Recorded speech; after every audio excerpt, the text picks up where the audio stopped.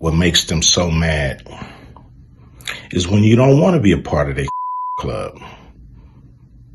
That pisses them off. None of them tell me, hey, I'm Illuminati. You know what I'm saying? I don't participate in none of that. So. And who's Sean Carter? I would just say that's the center. That's the center, and actually the businessman. That's what they call me when they want to talk. That federal law enforcement agents have raided properties owned by musician and producer Sean Diddy Combs. So, it looks like Ice Cube is stirring the pot again, hinting at some seriously shady stuff Jay Z and Diddy might be hiding. You might need to brace yourselves for this one, because the tea he's allegedly about to spill is bound to leave us all shook. Day by day, it's feeling more and more like Jay Z might be heading down the same rocky road as Diddy, and it seems like there's a whole lot we haven't even heard about yet. According to Ice Cube, there's a whole tangled web of darkness linking Jay Z, Diddy, and their crew, and they've been knee-deep in some pretty grim stuff, covering each other's tracks all the while. And it's not like Jay Z cut ties with Diddy until the 11th hour. Word has it, he was holding on tight to keep his own involvement under wraps. But now, with Diddy facing a barrage of lawsuits left and right, folks are speculating that Jay Z might be next in line for some serious scrutiny. But let's pause and ponder for a moment. How did Jay Z, of all people, end up in cahoots with someone like Diddy in the first place? And what on earth could Jay Z be so desperate to keep hidden? Well, let's get into it. Looks like Jay Z might be feeling the heat, with Ice Cube supposedly spilling the beans on some pretty grim details about the link between him and Diddy. Word on the street is, the info Ice Cube's got could be the final nail in Jay's career coffin, potentially sending him straight to the doghouse. Rumor has it, Ice Cube hasn't kept all this juicy intel to himself either. Some whispers suggest he's dished it out to the authorities, aiming to bring both Jay and Diddy crashing down. And let's talk about the spotlight Jay Z's been under lately. With all the dirt surfacing about Diddy, folks are speculating whether Jay's next on the chopping block. Storm Monroe, an inside source who seems to have a finger on the pulse of this whole drama, recently dropped a video discussing how Jay might be facing a similar barrage of lawsuits once the dust settles on the Diddy situation.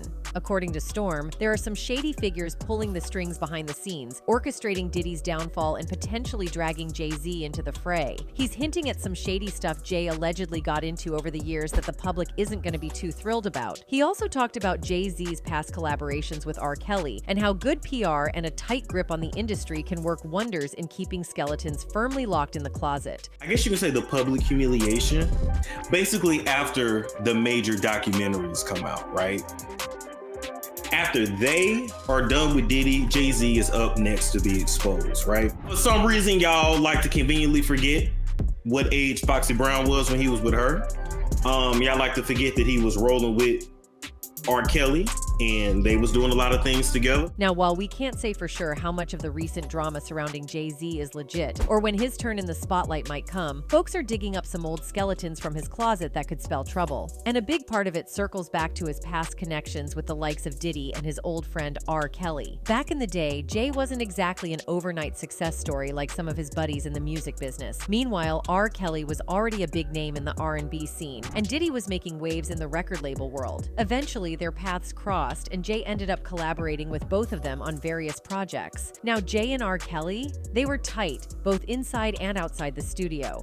They hit up the same parties, shopped at the same spots, and even shared a few romantic interests. But here's where things get sticky. Since R. Kelly's been called out for being a creep, folks are starting to wonder if Jay might have been in on it too. There's talk floating around that Jay wasn't just turning a blind eye to R. Kelly's antics. Some people are speculating he was right there in the mix, maybe even encouraging and covering up for him. Take Aaliyah, for example. R. Kelly supposedly married her when she was just 15. Yeah, that's a major no-no because legally she couldn't sign any documents for herself. Needed a parent or guardian for that, but R. Kelly managed to pull some strings and got paperwork that said Aaliyah was 18 and cool to consent to marriage. Fast forward, the truth came out, and turns out R. Kelly, well into his 20s at the time, had forged documents to marry a child. The marriage got annulled, but Hollywood's got some seriously messed up dealings, doesn't it? Here's the crazy part. Somehow, the dude managed to avoid prison. I know, it sounds like 1,000 laws got broken, right? But you know how it goes in Hollywood? If you've got enough money and influence, you can make things disappear and get away with all sorts of stuff. Now imagine if this whole mess went down in 2024. R. Kelly would probably get hit with the cancel train, massive social media uproar, investigations for forging documents and marrying a child, and a swift exit from the industry. But it was the 90s, a different time.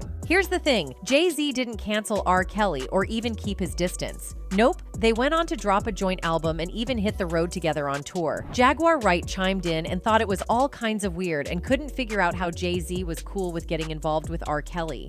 I mean, looking back, Jay Z seemed totally fine with R. Kelly being with a minor, even marrying her. Makes you question his morals, right? In fact, back in 2002, Nas dropped the hint that Jay Z was hip to what R. Kelly was up to with underage girls, including Aaliyah. He spilled the beans to Wendy Williams on the radio when a tape of R. Kelly with a younger girl surfaced. He said, "I could have showed the R. Kelly video that everybody's talking about and made fun of it and show pictures of Jay hanging out. You can't tell me Jay didn't see a 14-year-old girl come into the studio and sit on R. Kelly's lap. You're going to tell me he didn't see no 14-year-old girl come into the vicinity." Jay didn't see a 14-year-old girl come in the studio and R. Kelly's lap. No. You can't tell me, you want to tell me that working on that album that he ain't never seen a 14-year-old girl come in the vicinity? When R. Kelly got hit with those terrible charges, Jay Z tried to act like they were never buddies. There were even rumors that Jay Z had a major crush on Aaliyah, and everyone in the industry, including her man Dame Dash, knew about it. Dame even spilled the beans to Page 6, saying he tried his hardest. He said, "I did not mean to fall in love with Aaliyah. She was just that cool. But you know, we were both going hard, everybody was trying to get to Aaliyah. It was not just Jay." According to Dash, he didn't even know Jay Z had feelings for Aaliyah before he started dating her. He added, "I did not know Jay was trying to holler at her, but then it just happened like that. He was trying, I was trying, everybody was trying, he was going hard." Now, two buddies battling it out for the same girl, total disaster waiting to happen. Jealousy kicked in fast, especially since Aaliyah was juggling dates with both of them. But here's the twist, Aaliyah started favoring Dame, and Jay Z wasn't feeling it. Now, we all know Jay Z doesn't handle losses well. It all went south when Aaliyah and Dame took things up a notch, and Jay Z got the scoop at a 4th of July bash they all hit up. Jaguar Wright spilled the tea, backing up Dame's story. Allegedly, Jay Z got his revenge game strong by wrecking Dame's business and selling him out, all because Dame got the girl. Everybody that knows Sean Carter knows that he anyone in any relationship for $1. Look at how he did Dame. To do it the way he did it, it's malicious.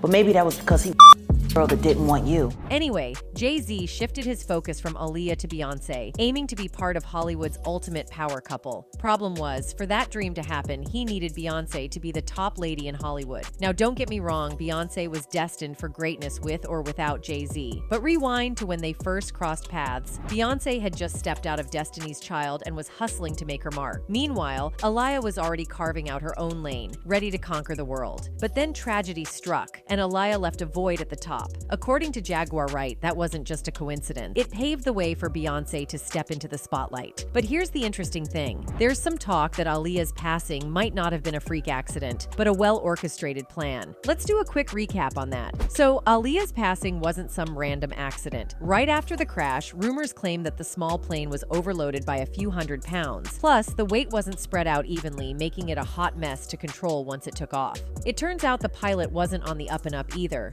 Dude reportedly faked his license and was all messed up on and who knows what else. When the accident went down, Aaliyah wasn't even keen on hopping on that plane. She straight up voiced her worries about getting on the plane. There was even a witness. Kathy Lindoli spilled the deets in her book, Baby Girl, better known as Aaliyah. So there's this 13-year-old Kingsley Russell, whose fam runs a taxi hustle in the Abaco Islands. Back on August 25th, 2001, he's rolling with Aaliyah as her squad heads to the airport for her flight back to the US. And get this, when Aaliyah peeped the plane, she was like, nope, turned around and headed back to the cab, as told by Kingsley. So after Aaliyah backed out and headed to the cab, someone from her crew came back to check on her. Kingsley spilled the tea, saying Aaliyah kept voicing her worries about the plane, and apparently they handed her a sleeping pill and she knocked out. Even with her earlier concerns, they still carried her from the taxi onto the plane while she was passed out. Now, fans always say Jay Z and R. Kelly are in the know about what really went down with Aaliyah, and considering their tight friendship with Diddy, he might have the scoop too, maybe even cracked a laugh laugh and carried on. When karma hit R. Kelly, Jay-Z's PR worked overtime to act like they weren't buds at all. And now it seems Jay-Z is doing the same thing to Diddy. I mean, we know how close they are. Remember when Diddy posted that only his mom and Jay-Z can call him Sean? Plus, there's still a photo of Jay-Z on Diddy's website. And Diddy's been giving Jay major props for stepping into the shoes of legends like Biggie and Tupac. Back in 2022, during a Twitter Space celebration for Biggie's 50th birthday on Tidal, Diddy couldn't stop singing Jay's praises, especially for holding down the rap scene after we lost Biggie and Pac. He said, "Bro, you filled them shoes though. You came in and we definitely give thanks. You definitely came, and I just know how much Big really looked up to Jay." And remember when Jay-Z teamed up with the NFL and caught some heat? Diddy had his back, supporting him in public. He hopped on Instagram to say, "Hav is one of the greatest to ever do it. He has been there for more than anybody from the hip-hop culture, including me. He has always been so selfless and fights for other people. We as a people cannot be divided and conquered at this time." Seems like there's some serious bromance going on. Jay-Z even narrated a video montage for Diddy's Lifetime Achievement Award at the 2022 BET Awards, calling him an inspiration to all those kids starting from scratch. But here's where it gets tricky. Ice Cube's out here claiming Jay-Z might throw Diddy under the bus because of all the heat he's getting from the public, when he is also doing the very same thing Diddy did. Let's take Foxy Brown as another example. Rumors are that Jay-Z started G-wording her when she was about 14. Supposedly, they ended up getting involved when she was 15, and he was a 24-year-old dude making waves with LL Cool J's I Shot Ya remix. Foxy was doing her thing in the music world, teaming up with big names, but the one that stood out was Jay-Z. They hit us with their first major duet, Ain't No N, on the Nutty Professor soundtrack in '96. And those lyrics had everyone raising eyebrows. Ain't no N like the one I got. No one can F you better. Sleeps around, but he gives me a lot. Like, why was a 15-year-old singing those explicit lines? But Jay-Z eventually decided to address these rumors in one of his songs, Picasso Baby, where he said, "I never stuck my C in the Fox's box, but damn if I ain't open up Pandora's box. They try to slander your man on CNN and Fox, but my Mirandas don't stand a chance for cops. Even my old fans like old man just stop." And turns out Foxy wasn't too thrilled about it. She'd been telling Jay to let the rumors slide, and in an interview, she spilled the beans, saying she was definitely shocked when he dropped that line. According to Foxy, they had a history beyond just music, and they used to laugh off those rumors. But here's the twist. Foxy felt the need to talk about that embarrassing line when she was basically a kid back then. She mentioned feeling the heat from people talking about her age, and she thinks that's why Jay decided to address it. She said, "Was I shocked when Jay said the line in Picasso Baby? Yes, because we've talked about that. We have a history that supersedes music. We know how this business works. We sit back and we laugh at those rumors. We laugh at that." I think he began to feel the pressure because people began to say my age, the age thing. She was 15. 14. After a while, that gets to a person. The fact that he felt he needed to say that means something struck a chord. It's a bit weird, right? I mean, she was allegedly involved as a teenager, and now she's defending him as a grown woman. It's a bit of a head scratcher, especially considering the whole situation. And just a reminder, the whole consent thing doesn't really fly here because she was a minor at the time. Yeah, if the rumors are true, it's a pretty serious matter. And there's also Tierra Marie. Before she was on Love and Hip Hop, she was in the mix at Def Jam with Jay Z. He was all about her, calling her the princess of the label and the first lady of the rock. Fast forward to the night of her prom, he does a 180 and drops her from the label with zero explanation. Jay-Z told Tierra Marie she was getting the boot from Def Jam because her debut album didn't do well, right? But the numbers don't add up. Her album sold 69,000 copies, hit number 5 on the Billboard 200, and snagged the second spot on the R&B and hip-hop albums chart. That's not bad for a debut, but Jay-Z's playing it off like it's a major flop, giving her the boot with no clear explanation.